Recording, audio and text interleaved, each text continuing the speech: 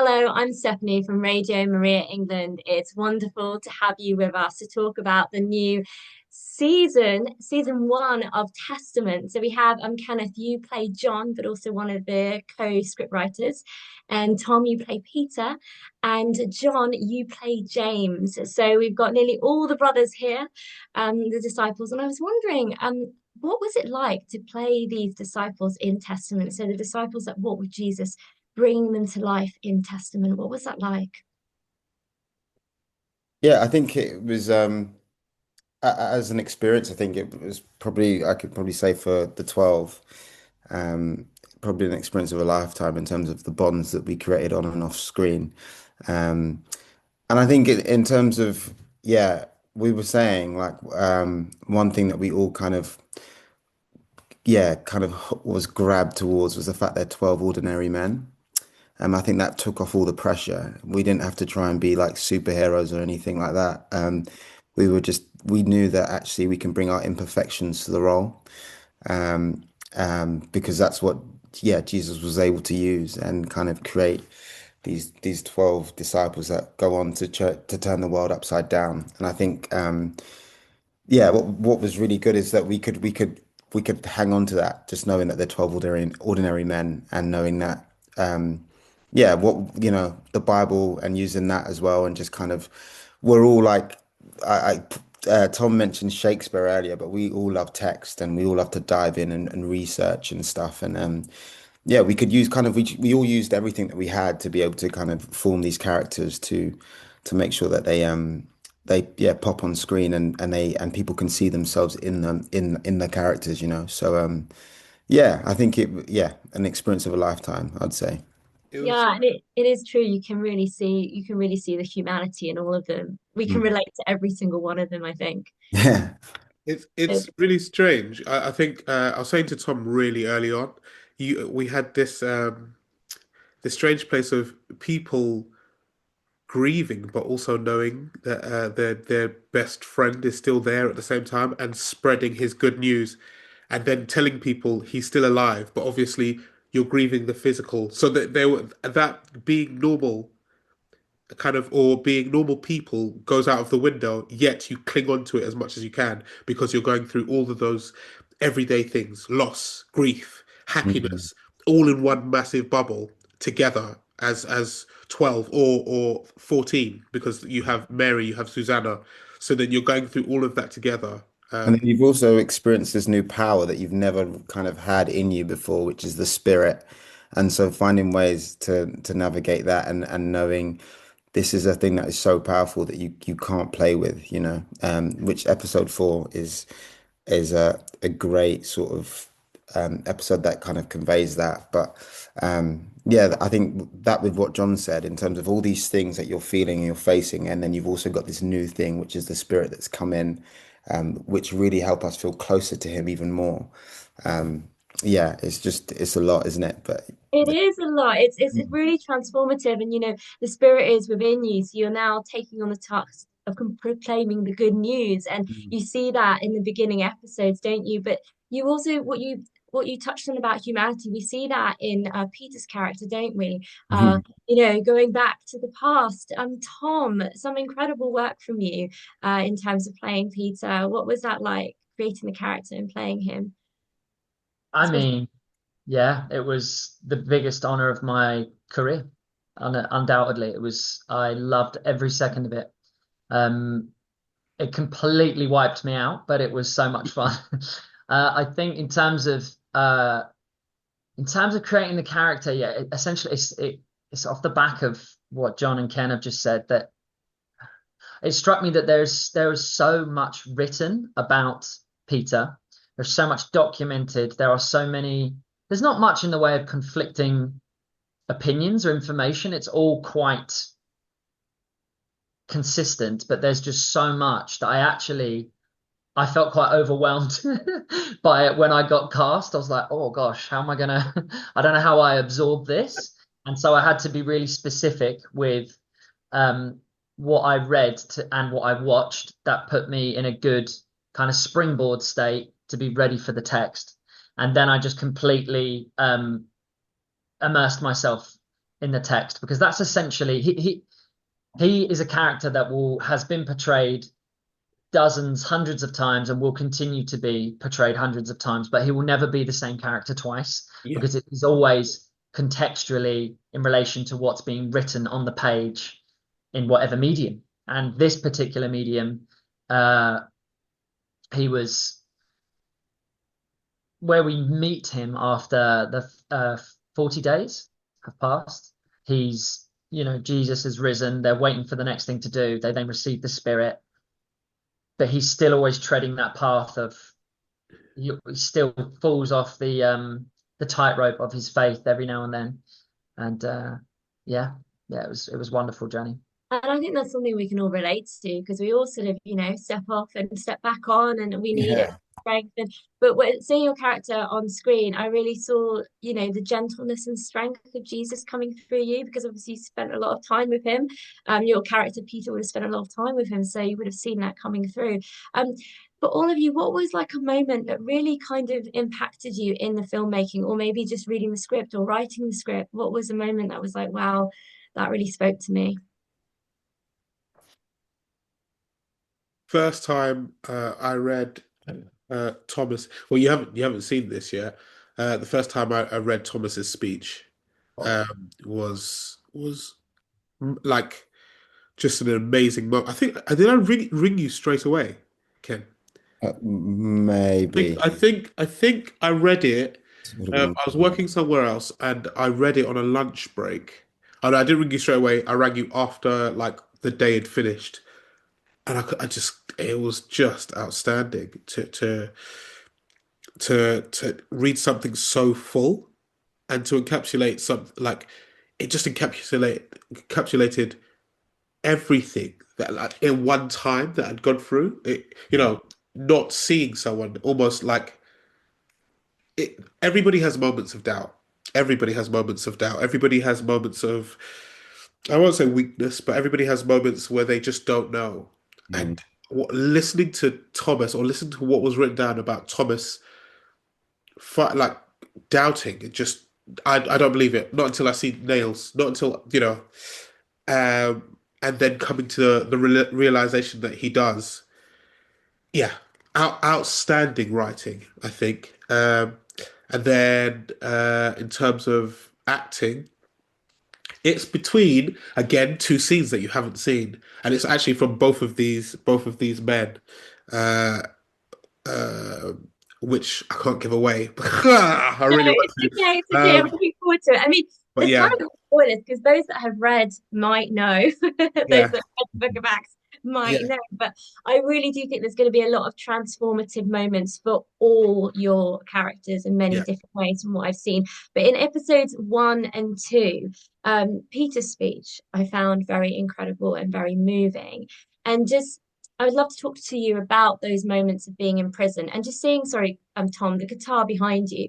We know there might come a moment where you're going to praise and sing in prison as well, but that's probably going to be in another episode. So this episode, in prison in season 1 and 2, what was that like to film? How did the dynamics work in that? Specifically in the prison cell. In the prison cell and the bits after as well, when you were proclaiming the good news. In the courtroom. Yes. Because I know you do a lot of proclaiming. yeah, I guess he does. Yeah, it's the two speeches that yeah, it was interesting. I think what was really important for me was that I wanted it to be really, that was my audition scene. Interestingly enough, the in the courtroom after they've come out of the prison cell, because Peter has to do, it's like a really it's such a bizarre switch to go from terrified to full of power in the flip of a coin. And so it was really important to me to track that journey as accurately as possible without it looking bizarre. Mhm. And so I was just trying to fill myself with the context of what had been and why Peter is feeling that way. And I guess can you call it method? It's not, no, I mean, it's obviously not method, but like I had recorded on my phone the brutal beating of Jesus from Mel Gibson's Passion of Christ as a pretty strong stimulus to respond to, which is for me was very clear that that is what was going to be at the back of Peter's mind when he was moving into when the cogs were turning for what was going to happen to him. Um, Kenneth and I, before we shot the scene, and that was my first day of filming as well. And That so was we were, whilst we know each other very well, we've known each other years. We've never worked together in a professional setting, and so you're trying to find your bounce off each other as well. And just before our first shot, Kenneth was like, "I'm gonna just start chatting to you in character. Is that okay?" I was like, yeah, let's do it. And so that really amped me up as well. And then that carries you into the.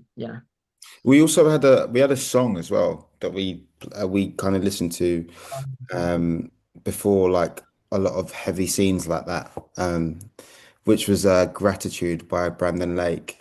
And I think that always if you remember since, that always kind of locked us in into what the feeling and what we were trying to, what the task that was ahead, really. But I remember that being like quite huge for us. Yeah, that is a wonderful worship song also to use for getting the character for out as well, because it Mm. reminds us how grateful to be in that moment as well. Mm. John, your character James, we see some sort of real fire from, I say, the Sons of Thunder from your side. What was that like to kind of play, especially in episodes 1 and 2? Yeah. I suppose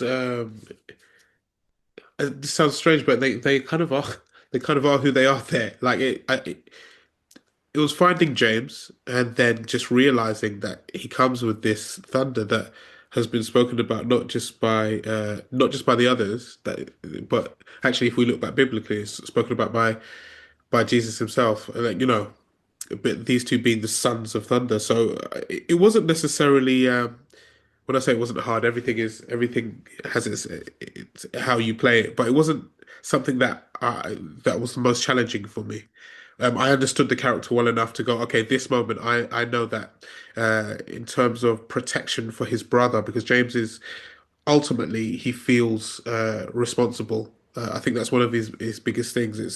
It's responsibility, and he sees that his brother is in trouble, and he sees that one of his very close friends. Because I believe that the four brothers have known each other for absolutely years. So his brother's in his prison is in jail. That's huge. His friend is in jail. That's huge. He's also, I think, when you see him, he's walking past the other person, Andrew, to get to him, and I think that maybe irritates him a little bit as well. The fact that Andrew's like, calm down, and you're like, and James can see that these two need help, and Andrew's talking about calming down. I think that elevates the thunder a little bit more. Well, The I thunder, love that, the thunder comes from love, doesn't it? And I love the yeah. sibling love between all of you and also amongst the disciples.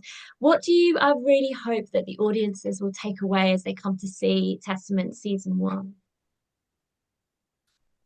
I think that it's a series for everybody. There's someone in there's a character in there that they can relate to. I think there's so many different stories like within all the different characters that deal with themes that there's at least someone's going through, whether that be like a form of hardship, love, hate, or everything. And um, yeah, that whatever that theme is that that person is battling with or kind of needs encouragement from, I think there's just something that everybody that watches it can take, I think. And also just for me, I think it's just seeing how love, how you, like when you unite and come together with all kinds of people to push a message. That message can move, man. It could go as that famous saying, to the ends of the earth. But yeah, it could really move. So like, there's power in unity, man. That's I think that's quite big for me. And if Mm. you, Tom, you're gonna say I, something? I think Yeah, you took the words out of my mouth, Ken. I think to support and echo that, it's my favorite art, and the kind of it's my favorite art is the one where it helps me offset myself against the very real problems in life and helps me process an emotion. And there is so much of that in this entire show, and I think that's a wonderful gift to give an audience. I did a show recently and it helped a child understand why they migrated away from their home country, and you just think that's exactly it. Like, if you can communicate that exact sort of thing, and I think that will happen in bucket loads for Testament. So yeah, I echo that, Kenneth. And John, if you could sum up Testament in one word, what would it be?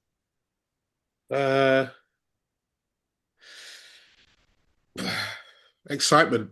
Excitement. Tom? I like underdog. Underdog. And Kenneth? Oh man, there's so many.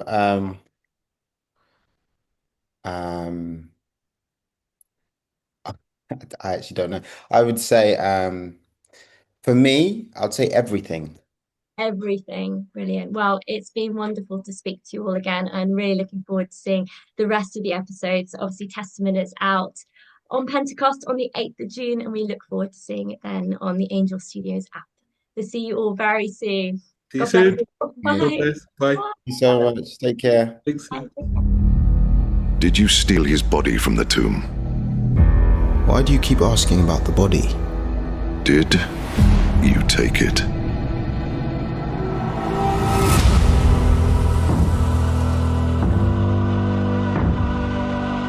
They claim he is risen. Jesus is alive. He's dead. I saw him. Wasn't he killed? Crucified. Let me explain.